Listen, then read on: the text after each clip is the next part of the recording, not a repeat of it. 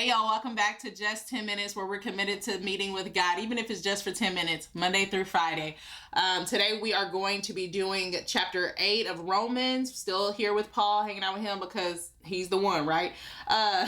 And it's such a heavy chapter that I'm breaking it up into two pieces. So we'll just be hitting Romans 8, 1 through 17, okay? Because it was too much goodness in here. I couldn't rush it. All right, let's start our timer. Whew. Lord, I'm so excited about this passage. I'm so thankful for the way that you convicted me personally and where I am in my life right now. I pray that that same thing happens, that same transformation happens for your daughter on the other side of this screen. All right, let's jump in. Romans 8. There is therefore now no condemnation for those who are in Christ Jesus, for the law of the Spirit of life has set you free in Christ Jesus from the law of sin and death. For God has done what the law, weakened by the flesh, could not do, by sending his own Son in the likeness of sinful flesh, and for sin, he condemned sin in the flesh, in order that the righteous requirement of the law might be fulfilled in us. Talking about what Jesus did on the cross.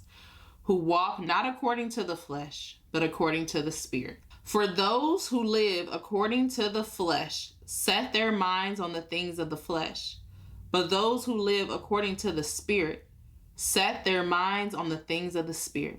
For to set the mind on the flesh is death, but to set the mind on the Spirit is life and peace.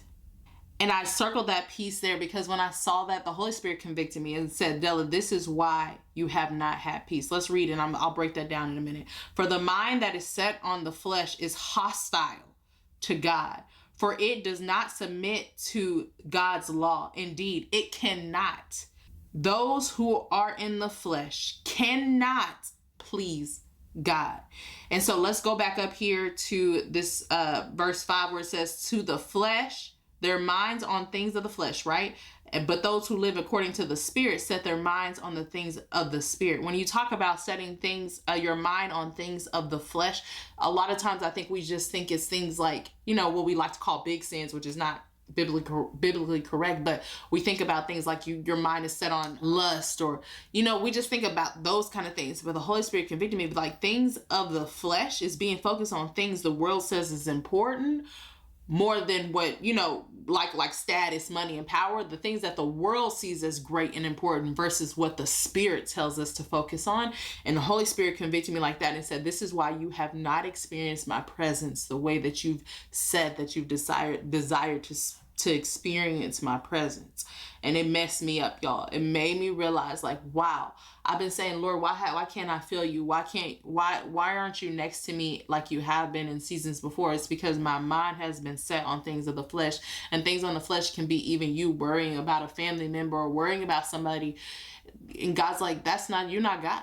You are not God, or you're worried about this job, or you're worried about all these different things. And we're human, right? You can do that. But when it comes to experiencing the peace, is life and peace. Experiencing the life and peace, we have to have our mind set on things of the Spirit, right? Things that the Lord is telling us to dwell on more so than the flesh. And so that was so powerful. Let's keep it moving. You, however, are not in the flesh, but in the Spirit. If in fact the Spirit of God dwells in you, anyone who does not have the Spirit of Christ does not belong to him.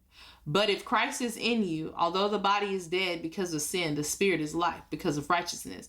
If the Spirit of him who raised Jesus from the dead dwells in you, he who raised Christ Jesus from the dead will also give life to your mortal bodies through the Spirit who dwells in you. And that's that resurrection power that I said we always sleep on. We don't take that seriously. So then, brothers who are debtors not to the flesh, to live according to the flesh, for if you live according to the flesh, you will die. But if you, by the Spirit, you put to death the deeds of the body, you will live. Put to death, I love that's an active role in making sure that we are not living a life of sin. And so yes, we can't do it without the Holy Spirit, but we also got to do it. You feel what I'm saying? Put to death the deeds of the body, you will live. For all who are led by the Spirit of God are sons of God. For you did not receive the spirit of slavery to fall back into fear. Wow. For you did not receive the spirit of slavery to fall back into fear, but you have received the spirit of adoption as sons. Wow, fear is so of the enemy. And just connecting that with slavery, like even just living a life of slavery is a life of fear is a form of slavery.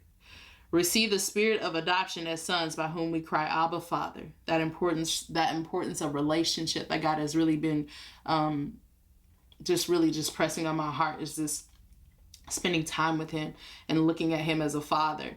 The Spirit himself bears witness with our spirit that we are children of God. And I know a lot of people, especially if you're a new believer, you struggle with the idea of like, am I truly saved? How do I know if I'm truly saved? And that's fair. We should all be thinking that way. But the Spirit himself bears witness with our spirit that we are children of God. You feel it within your spirit that you are a child of God, and it's not perfection. Again, it's surrender, right?